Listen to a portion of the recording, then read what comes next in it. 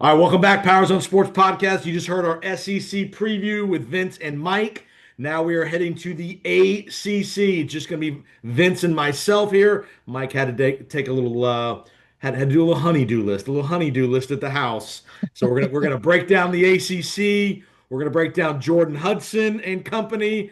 She's the new team mom in Chapel Hill. We're gonna talk all things Belichick, Clemson, Florida State, Miami with Vince, 99.1 host of the morning show in Knoxville, covers all things South football in the Southeast. A great resource for us here. And again, if you're anywhere in the area of the Tennessee market, definitely check out 99.1 The Sports Animal, 6 to 9 a.m. Eastern Time, Monday through Friday. And check out Vince. Vince is part of the Vol Network as well. You'll hear Vince doing some pre and post game stuff with Tennessee football if you're in that local market as well. All right, Vince, let's get to the ACC.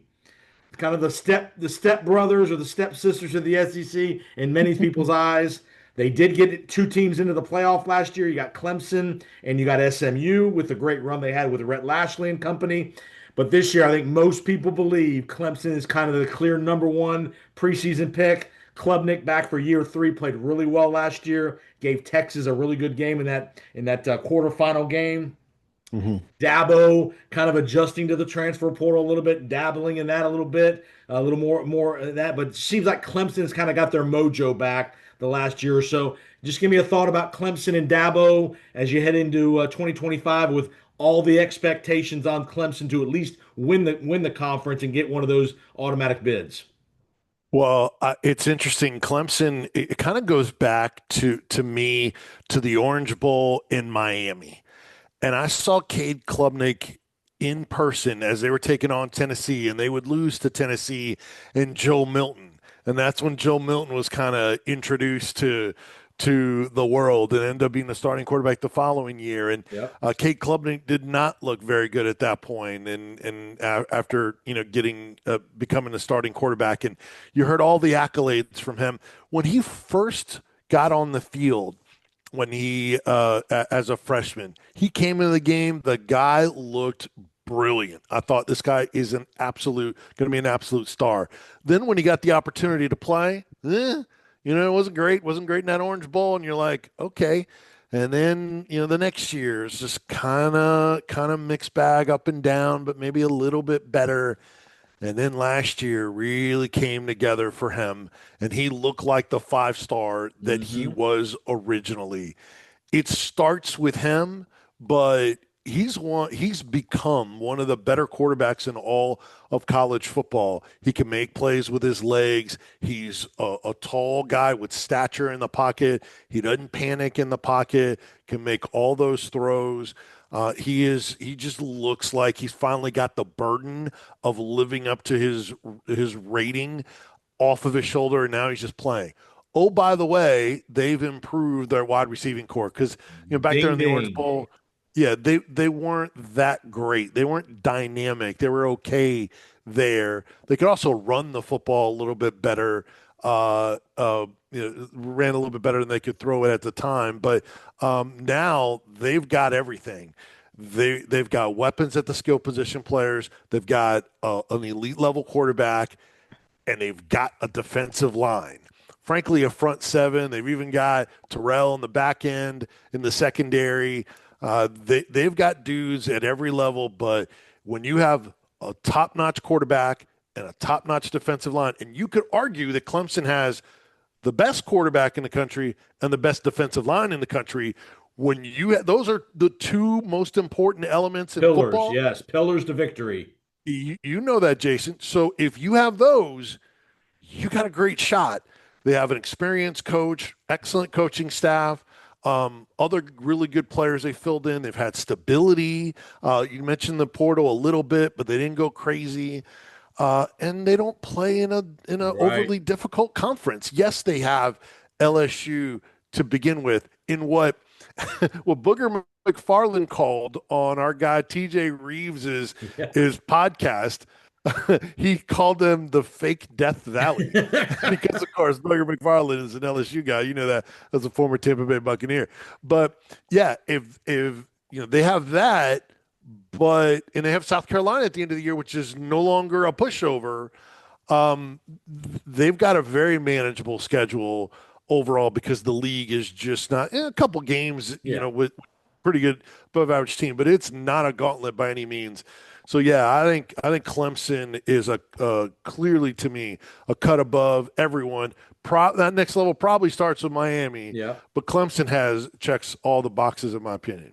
And for me to be national championship good, you made the point. When they were national championship good 7, 8, 10 years ago, they had receivers. They've not had quality skill people at the wideout in the last few years. They seem like they've got guys that played a bunch last year that played well. And if their receivers are good, I think with Klubnik and that defense has always been good, then you can put them in the discussion of national championship good if those skill guys can perform.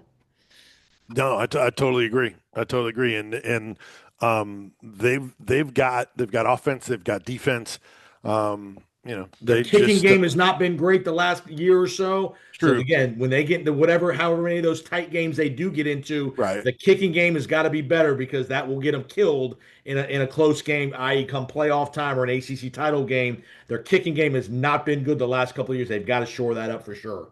No, that's a good point. And just glancing at their schedule of the kind of next tier tougher SEC ACC teams that they play, Georgia Tech is on the road. Yep. Louisville is on the road. They do get Duke and SMU at home. So I guess it balances out a little bit. Who knows what you're going to get from North Carolina? We'll talk about them. But yeah, they've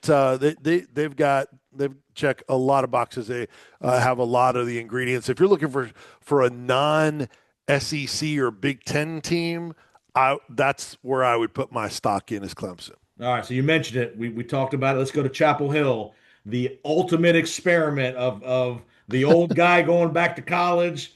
We've seen it over the years with Steve Spurrier, some other guys that have made the jump from the NFL to the college ranks. Just give me a thought. Spurrier obviously had plenty of college experience, but a guy that's really never coached at the college level, 18-year-old kids. They're running an operation like it's an NFL team, but they're still 18-year-old kids. Give me a thought or two about the Bill Belichick experiment in Chapel Hill. Boy, their roster has turned over so much, Jason. It is really hard to say. I mean, I think even the people that cover North Carolina are kind of scratching their heads like, I don't know what they're gonna. So, for me to have strong conviction, I don't. I think they will be better. Um, but I think there's probably a ceiling there in the first year. I don't think Yep. it's I'm Bill Belichick. Everyone now through osmosis is going to learn football and Right. become a much better player. It's not like it is always that way for Bill Belichick in every year of his coaching existence. So, in college football, sometimes those portal moves they work for you, and sometimes they don't. And there's so many of them, outgoing and ingoing, that how do they all come together? Or were they throwing money at guys through NIL, just hoping that someone is just different Tate would from take the the guy money. that right? And just because it was different than the guy that they looked at on tape and like, we can't win with this guy. We just got to go get somebody else. And then if they have character issues or whatever, we'll figure it out later. So sometimes when you turn your roster over, you're going to get some swings and misses like that. To me, the biggest key is Gio Lopez, the transfer from quarterback from South Alabama. Yep. He was a guy that did draw interest in from some Power 5, Power 4 Yep. conference schools, and he went to North Carolina, and immediately he was connected to North Carolina. If that guy is good at quarterback, then I think it can elevate your team and kind of put them maybe into the 7-8 win range, where right now I'd probably put them in the middle of the pack somewhere better than last year, but I can't just assume they're going to be, a conference title contender. I don't think that Bill Belichick has enough in terms of tricks up his sleeve to develop players especially with all the new dynamics happening in the world of college athletics, to just suddenly they're a 10-win team. I would be surprised at that. Coaching is huge. Obviously, we both know that at the college level, but in college, it's more about Jimmys and Joes than it is because in the NFL, the parity between rosters is this much, where in college, you have the variation in talent levels at some programs this much. And I'm giving the big sign here on the video.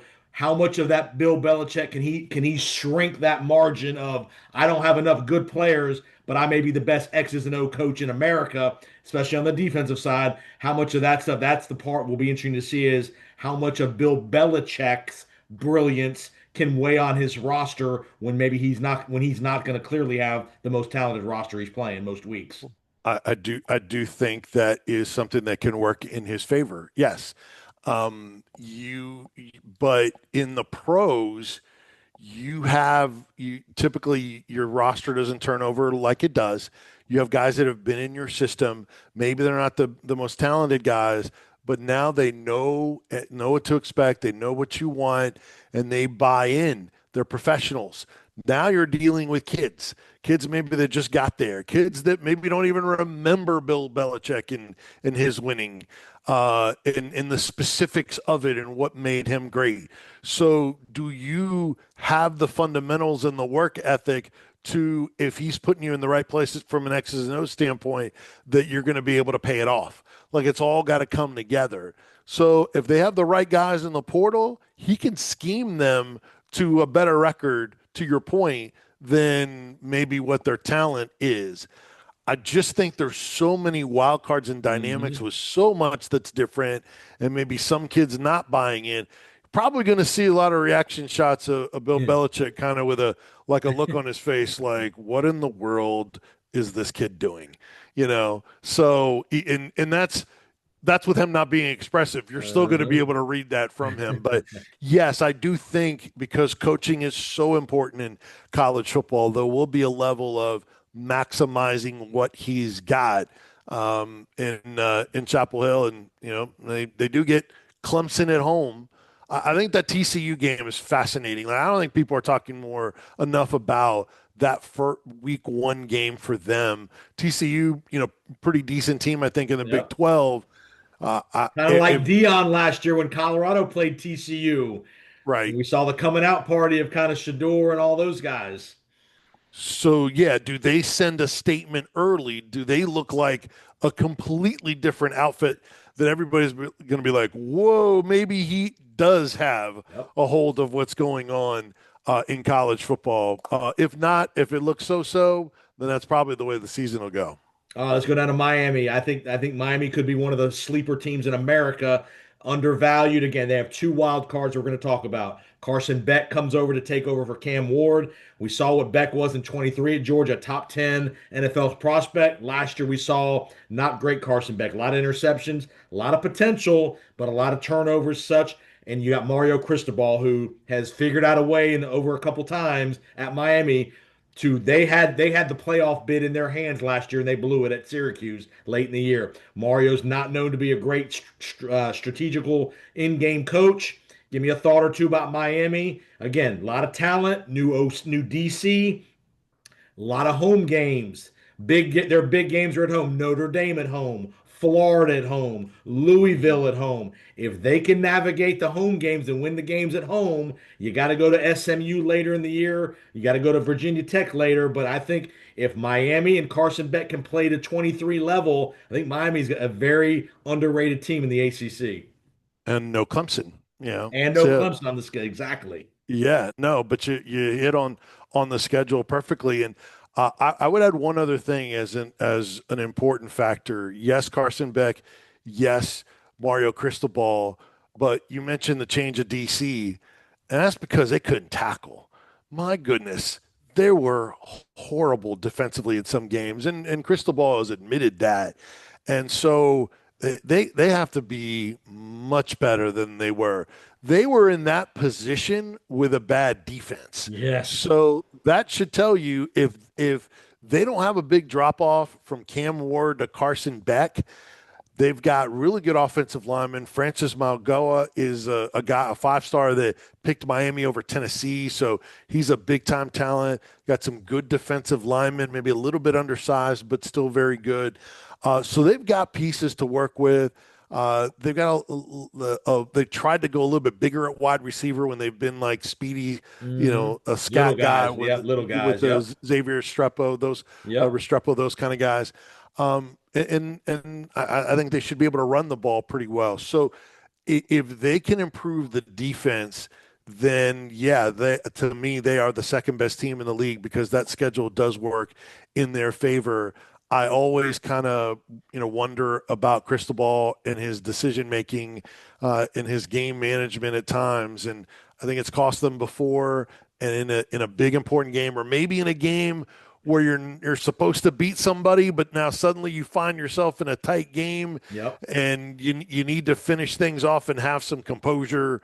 I don't know that he always has that composure, and I think that his team reflects that at times. So kind of like in the James Franklin category to me, no matter how good they look like on paper, that will be a question mark for me with Miami. And then just how good is Carson Beck going to be there in Miami as as the big NIL quarterback acquisition? And you and I both know from growing up in the state of Florida, when Miami's been great, their defense has been really good. They don't have to Right. be, the Miami defense doesn't have to be elite. You just can't be bottom 25 or 30 in the country. You can't be, Yeah. you got to be somewhere in the 20 to 40 range as far as overall defenses. Again, you don't have to be great because you can have, I think, enough offense, but you cannot be horrific like they've been the last couple of years in Miami. And if you can win that Notre Dame game, I think that is a huge game. If you can beat Notre Dame and get through the Florida game, even if you split those two, win one of those two, you got a very favorable home schedule in the conference. You don't play Clemson, you don't play Georgia Tech. So I think there's room there for a second team in the ACC, and Miami, I think, could be that second team if they can stay healthy and Carson Beck plays well. All right. Does Notre Dame have more fans at that game, or the Hurricanes I think in it since Miami? it's week one, I think the Hurricane Nation will show Okay. out for that one. Okay. But with that rivalry, with that history of that rivalry, yeah, there'll be plenty of Notre Dame people in the building because a lot of people think Notre Dame's gonna be pretty good too. So, Yeah. that place used to rock when they played Notre Dame and the Catholics and the convicts and all that good stuff Mhm. from back in the day. Two more things, two more teams in the ACC I want to hit on. Can Rhett Lashley and SMU, can they repeat what they did last year? They kind of were the storybook team that came out of nowhere. They weren't preseason top 25 last year. They just kept winning games and winning games and winning games and eked their way in the playoff by the late comeback and the loss to Clemson. What do you give me a thought or two about SMU? Well, it obviously starts with Kevin Jennings. I mean, he's the dude. I think third team, Yeah. second or third team ACC. In terms of the preseason projections, dynamic quarterback. Is there another level for him? I think he might have to maybe even do a little bit more, because they did have some losses off of last year's Hmm. team, especially their skill positions.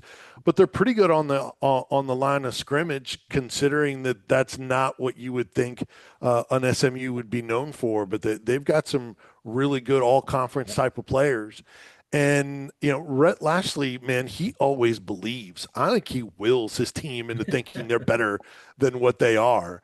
Got to get a little bit better defensively. Obviously when they went up against Penn State, they were pushed around and mismatched. Yeah. So I don't know how much they've maybe been able to add bulk in the offseason, but I still think that they are probably the third best team in the Yeah. league. You can throw in a Georgia Tech or a Louisville in that conversation as well. But I do think that SMU will probably be the third best team in the league. Again, schedule not overwhelming. They do have to go to Clemson. They do get Miami, but they get them at home. Yeah. They get Louisville at home as well. There's just not. They're at TCU, which is now a non-conference Yeah. game, even though they're a baseball 25 throw miles away away from probably from each right. other. Yeah. So, but otherwise, not not overly difficult. I guess Baylor is another team that is on their schedule that's a non-conference Yeah. game that used to be a conference foe. So yeah, there's some good non-conference games there, but yeah, the ACC schedule I think isn't overwhelming. They play Cal and Stanford, who are probably the two worst teams in the ACC. So I would say it starts with Kevin Jennings. Got to be a little bit better defensively, and yeah, they should probably be the third best team in the league. All right, last place I want to go, Tallahassee, Florida. 2 years ago, they came off the euphoria of 13-0, but didn't get in the playoff. That disappointment to turn into last year to absolute disaster dumpster fire. 2-10, terrible decisions in the portal. Spent a lot of money on guys that weren't very motivated. Mike Norvell, again, maybe if his contract wasn't as penal as it was, might have lost his job last year. Who knows? But the Seminoles coming into 2025. New quarterback Thomas Castellanos from BC came from Bill O'Brien. Yeah, Gus Malzahn now leading that offense. He left UCF to now be the OC up there. The motivation that's there, and you got Alabama staring you in the face in week one. What what is realistic for the fans of the Seminoles in 2025? Does that include former players and former kickers? Man, I'm not overly optimistic for your Seminoles, to be honest with you. Yeah. Tough way to start. Man, Mike Norvell, he's been a roller coaster. There's been times where like don't I don't like what he does. He comes across to me as not authentic at times. Yeah. I just wonder what kind of messages he sends to his players if they feel like they get mixed messages. But then they put it together with the undefeated regular season a couple of years ago, and you're like, okay, well maybe we read too much into that. Maybe he is. And then they had that kind of collapse last year, and people leaving the program. To their credit, they still were very aggressive in the portal. They weren't spooked by all the misses in the portal that they had. They still went after it. I'm not a Thomas Castellanos fan. Me neither. I think for Boston College, he was able to make some plays for him on that level, chip on his shoulder, that kind of thing. Man, he's done a lot of talking, and I don't think he's got the production and the accomplishments to talk the way he does. I'm just not optimistic it's going to work out for him. So you may see multiple signal callers at Florida State this year. And then, obviously a tough way to start for them as well. They, go to Clemson. Yep. And they also play, some lighter teams in the ACC. But yeah, they'll probably win some games. They'll win more than last year, but I don't think they're now, because of how aggressive they've been in the portal. And then they have some good individual players, guys that the NFL will like, Deuce Robinsons and Yep. and other guys. So, but I don't think it's going to lead to them being now a challenger to Clemson in the ACC. I think there's too many question marks and red flags to me to see them elevating to that level. And I would say this, not that you don't have to beat Alabama, but you better not lose by 4 touchdowns. Again, Right. week one, because I think that fan base will turn in a hurry if they go out and get beat 42-14 or something along those lines in their own building, Labor Day weekend, national TV audience. They think they've made improvements. They better be competitive in that game. Again, you don't have to beat Alabama, but you better not get blown out in that building, because I think that could be the start of, again, you make good point. It's not a daunting schedule, but just the perception and the mentality of, we just got beat by three touchdowns at home by Alabama. And Jason, we've seen it before in these first week games, right? You think, all right, solid matchup. This can be, a pretty competitive, two power programs, big names, and then it gets lopsided and it's a rout. Whether it's Georgia, was it Georgia, Clemson, Oregon, yeah, yeah, Alabama, USC, and right. there's just been so many examples of first week games that end up being absolute blowouts when you thought on paper it could be pretty good. So, yeah, they if they don't get off to a good start, I think it can kind of avalanche on them quickly. All right, give me how many get out of this conference? I know last year they got two. Obviously the ACC's been talking publicly. They deserve more than one and all that. I think we both agree Clemson is clearly the best team in the league. Does Miami do enough to get that a second spot in the playoff? I will say probably yes. I don't feel strong about it. I just don't think the league is very deep. I wonder, just how many good wins. Like if they lose to Notre Dame and they lose, To Florida beats to them. Florida. Okay, you're at two losses there. What's their best win after that? Right, Louisville. right. So I think it can be really dicey. I think they'd probably have to be at one loss, but I don't know that I would pick them to beat Florida or Notre Dame right now. So I'm kind of talking myself out of it. Just looking at their schedule because I don't think they win either one of those. Um, but man, where are the other candidates outside of the Yeah. SEC and the Big Ten? So maybe by default, I'll say two, but I think Miami's in a shaky spot at that second one. All right, there you go. There you have it. ACC preview. We gave you an SEC preview tonight. Vince Farrar, terrific work, man. 99.1 The Sports Animal, Knoxville, Tennessee, 6 to 9 a.m. Eastern Time. It's part of the Vol Network as well. So if you're a Tennessee fan, check Vince out online on his Twitter feed. Give me that Twitter feed one more time. I don't have it right in front of me, Vince. Give me that Yeah, Twitter handle. it's pretty easy. Vince Sports, There it VINCE is. Sports. I It's the should be same able. on all the handles as well, on all the social media platforms, Instagram, Facebook, and Twitter/X. So great to see you a couple weeks ago in Tampa when I came Yep. down to see the family, my man. Hey, real quick thought. Give me a thought about last thing. I know this is not ACC related. Give me a thought about the new. Remember, Bob Kessling retires as the voice of Tennessee. You now have Mike Keith come in from the Tennessee Titans. How is the Tennessee Nation taking to Mike Keith, who was a former University of Tennessee student, I believe, and had some Mhm. affiliation? What's the thought of Mike Keith joining the Vol Nation? Yeah, he was the popular choice when the announcement that Bob Kessling was going to retire at the end of the basketball season. He was the guy that people wanted the most, along with my partner on the morning show, and with Tennessee baseball and John Wilkerson. But it was a very popular hire. And Tennessee fans, or a lot of them are Tennessee Titans fans too. So they saw his work there, and many people were like, "When is Mike Keith going to?" Come be the voice of Tennessee. So we've been hearing that for a long time.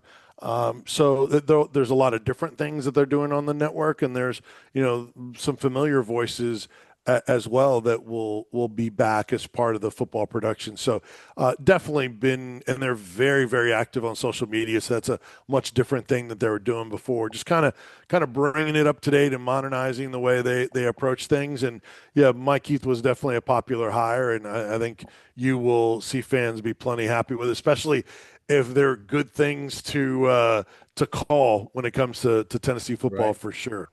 Well, Vince, appreciate the time, man. Great work. Keep up the great stuff online and everything. I know you're recovering from a little injury, so I know you're working your way back. So we look forward to you being up and running here real soon and have a great football season. Appreciate you finding us on the Powers on Sports podcast, and we will see you next week. Powers on Sports podcast.